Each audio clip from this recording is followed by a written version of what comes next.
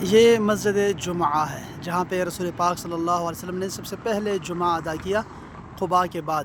یہاں مدینہ منورہ میں داخل ہونے سے پہلے ہی یہ جمعہ آیا اور جمعہ آپ نے پڑھا یہاں پر آ کر میدان میں، اور یہاں اب مسجد ہے، یہ والی بڑی مسجد سی، ٹھیک ہے جی۔ اور آگے اس کے آگے جو ہے قباء ہے، مسجد قباء ہے، لیکن اس سے پہلے یہ ایک گھر ہے صحابی رسول کا جن کا نام حضرت عتبان بن مالک ہے غالباً، اور یہ ان کا یہ گھر ہے۔ اب یہ دیکھیں ماشاء اللہ تعالی، یہاں رسول اللہ صلی اللہ علیہ وسلم نے نماز بھی پڑھی۔ اس کی وجہ یہ تھی کہ یہ بہت بوڑھے ہو گئے تھے، اور انہوں نے پھر عرض کی کہ یا رسول اللہ آپ ہمارے گھر تشریف لائیں اور یہاں پہ نماز پڑھیں تاکہ میں اس کو مصلی بناؤں۔